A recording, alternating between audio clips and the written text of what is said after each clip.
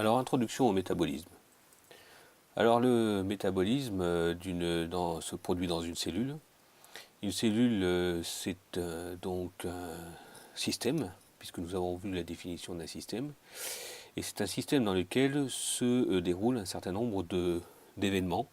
Alors, si on regarde ici, on voit bien qu'il y a des interactions entre des molécules. On voit bien qu'il y a une mobilité de la cellule. Ici, vous avez les membranes plasmiques, au niveau desquelles vous voyez, des mouvements cellulaires, des mouvements de la membrane plasmique. À l'intérieur même du cytosol, il y a des mouvements également. Donc, les organites peuvent se mouvoir également dans la cellule. Et on voit bien ici que vous avez une cellule qui est en train de se déplacer et réaliser une diapédèse. Une cellule donc est capable de réaliser un travail mécanique, donc une motricité. Elle est capable de réaliser des transports, donc au travers de la membrane, dans un sens ou dans l'autre. Elle est capable donc de synthétiser des molécules, comme on a pu le voir, mais également elle est capable de produire de la chaleur. Alors, ici résumé, dans le cytoplasme, la synthèse de biomolécules, les mouvements, on a pu voir la cellule en train de se mouvoir, et la production de chaleur. Alors, tout ça, évidemment, ça consomme de l'énergie. D'où tire-t-elle son énergie? Eh bien, soit d'un processus de respiration, c'est un processus métabolique, qu'on appelle la respiration, ou éventuellement la fermentation. Donc, ce sont deux processus qui sont capables de produire de l'énergie potentielle, et cette énergie sera consommée pour la synthèse, pour les mouvements, pour la production de chaleur.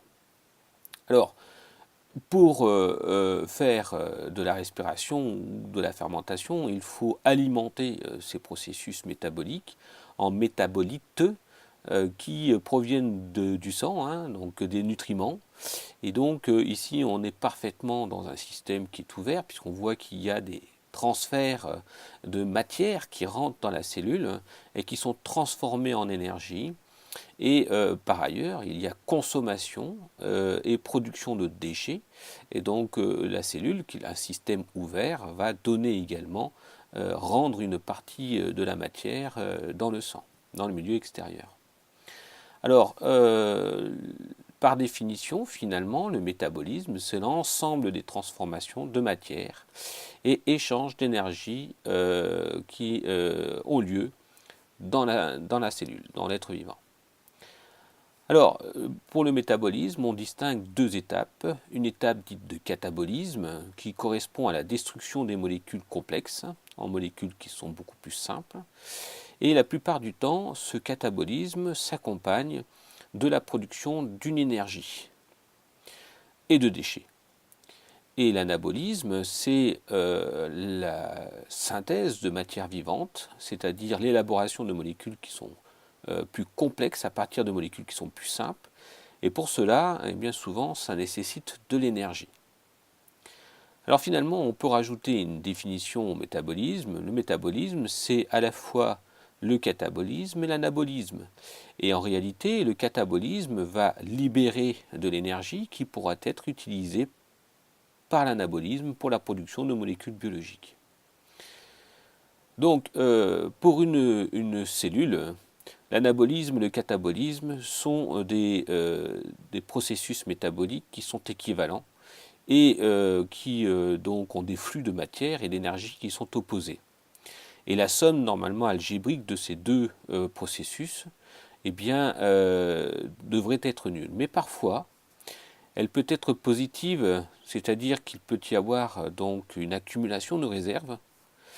Parfois, elle peut être négative, c'est-à-dire qu'il va y avoir plutôt une dénutrition, l'apport est plus faible que la production. Donc on peut avoir ainsi un déséquilibre entre les apports et les besoins, et donc ça peut s'accompagner de dénutrition par exemple, ou elle peut être nulle dans un cas physiologique normal.